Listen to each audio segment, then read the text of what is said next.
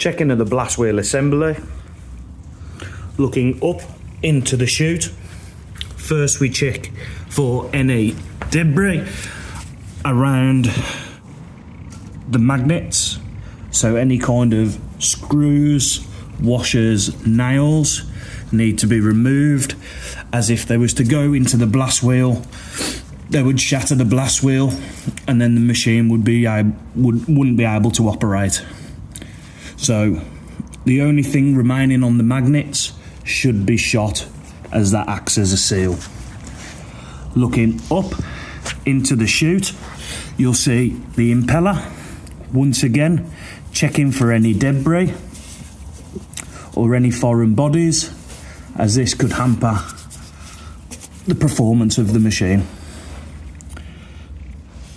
Checking to see if the impeller fans have any holes in on all of the impeller fans, as this would also cause a problem when blasting.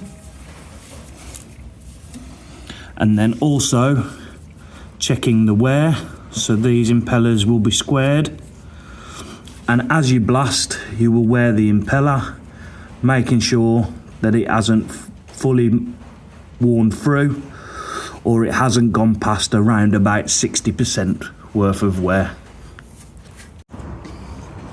Connecting the dust control to the blast machine. First we need to push the hose through the runner at the back and then underneath the electrical box, making sure we miss the wires on the right hand side and the black cable on the left. Pulling through so we have enough excess, and then connecting to the dust port on the hopper by twisting it securely. Checking that the hose is tight and coming through and under the machine, going through the guide runner. Then the power cord on the dust control and the plug on the shot blaster. Connect the plug to the dust control by lifting up the outlet flap, making sure we match the plug to the socket, pushing securely and then lowering the flap, making sure it's tight. Checking the fan direction on the blast machine. First we need to turn the machine on the isolator, and then on and off. Checking the fan direction is matching the arrow on the motor cover. If the fan direction is not matching the arrow on the motor cover, then to change the fan direction, we remove the plug from the blaster, and inside the plug there is a white disc that a flathead screwdriver will fit, and you can turn the two pins, altering the direction of the fan in the motor. Setting the speed of travel for the blast machine. With the isolator switch turned on, the speed of travel is set by this dial with the green needle. The lower the number the needle is set to, the slower the machine will travel, and the higher the number is set to, the faster the machine will travel. By pulling the lever handle, the machine will travel forward. The slower the machine travels, the more shot is concentrated in the one place, giving a more aggressive blast. Filling the shot blast machine with shot. First, remove the lid and pour the shot into the machine, making sure not to exceed the height of the pre-filter grid.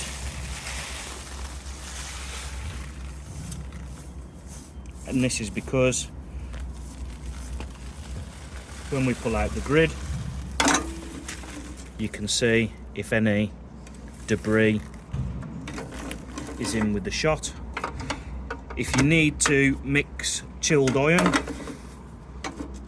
into the shot, then 10% is added to the hopper and it is mixed in the hopper with a screwdriver or another tool, making sure no debris falls in. Checking the hotspot and the pattern of blast. Once the hopper is full and the lid is now secure, turn the isolator on, and with the speed set low so it does not travel, we turn the machine on, and we want to blast in a singular location at maximum blast, which is no more than 9 amps. So pulling in the lever handle will drop the shot and commence the blasting. And we want to hold it into blast for around about 5 seconds.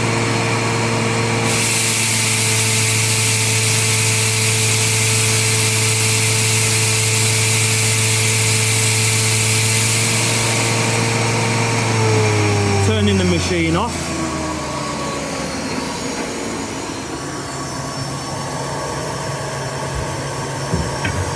When checking the blast pattern, we need nice crisp edges, and you should also feel heat directly in the middle of the blast pattern. Altering the blast pattern on the blast machine. If once you've done your hotspot, you get a crisp line on the right hand side but a shadowed line on the left, this means it's blasting heavier from right to left and the control cage needs altering. Also, you should have heat directly in the center of the blast. If it's more heat to right than it is to left, then you're blasting heavy to the right and your blast pattern needs adjusting to the left. Adjusting your blast wheel. So to adjust your blast pattern, you first need to take off the elbow, keeping both parts together. Then remove any shot inside the wheel. Then by undoing this one and this one, will allow the arms to turn so we can adjust the wheel. If you're blasting heavier to the right, you need to turn the wheel 2 to 4 mil accordingly clockwise. If it's blasting heavier to the left, you need to turn it 2 to 4 mil accordingly anti-clockwise. Once you've set it accordingly,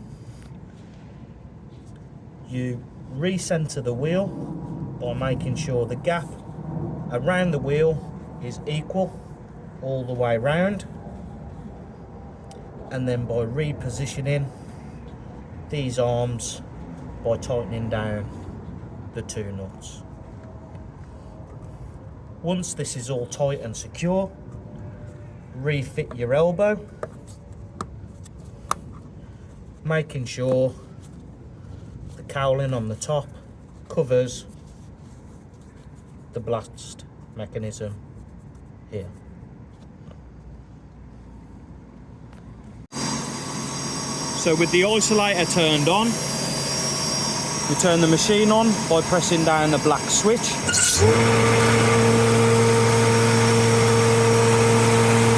The tighter we squeeze this handle, the more shot will hit the floor and the higher the amp reading will read, making sure that we don't exceed 9 amps. So by pulling the trigger, the blasting will start.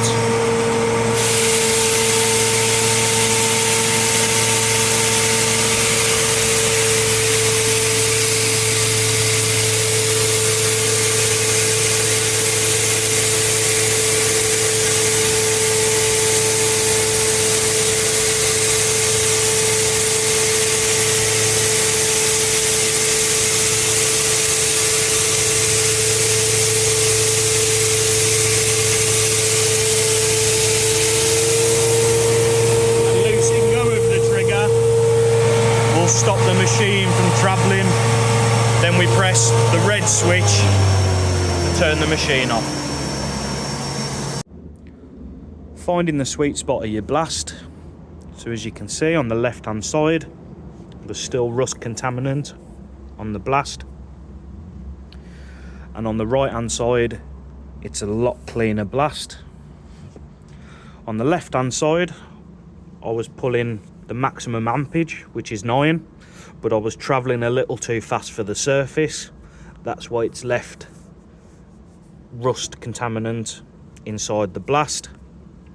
Where on the right hand side, still pulling the maximum amps of 9, I was travelling a lot slower, and it's give us a much cleaner blast. Depending on surface will depend on speed and also ampage to determine where your sweet spot is during your blasting. To refill the hopper and check for any debris or contaminants in the hopper, turn the machine off using the red button. Turn the isolator off by turning it. Now the machine is safe. Remove the lid and pull out the filter grid and remove any contaminant or debris. Replacing the filter lid by pushing it secure.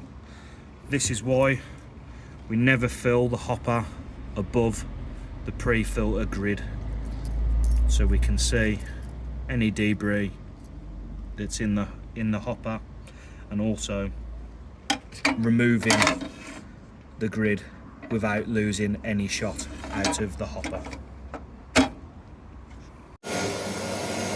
When we finish using the shot blaster and there's no more need for the shot, and we want to empty the hopper of the shot, remove the lid,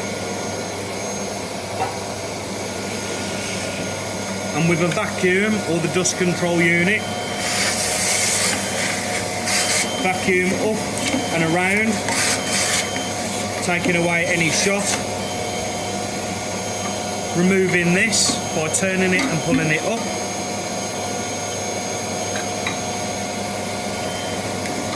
And hoovering the port. Then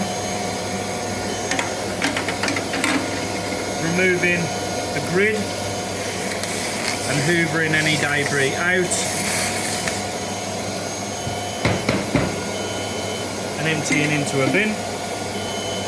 Then with the suction hose,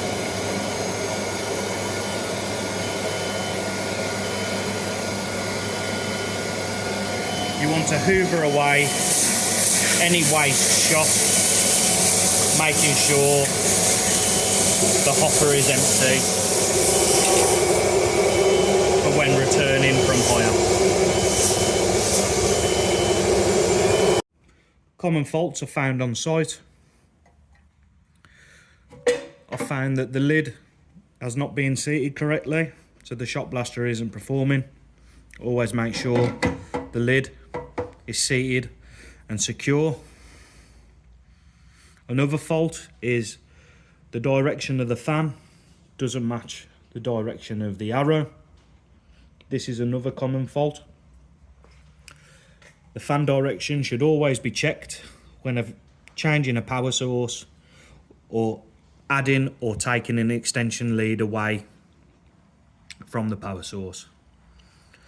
Another fault is sometimes the machine trips and inside the box there's a trip. So unplugging the machine, making sure the isolator is in the off position. We turn this dial with a screwdriver, and this will allow the lid to come down. Inside there is a reset button on the module. Press this reset, close the lid and lock the door.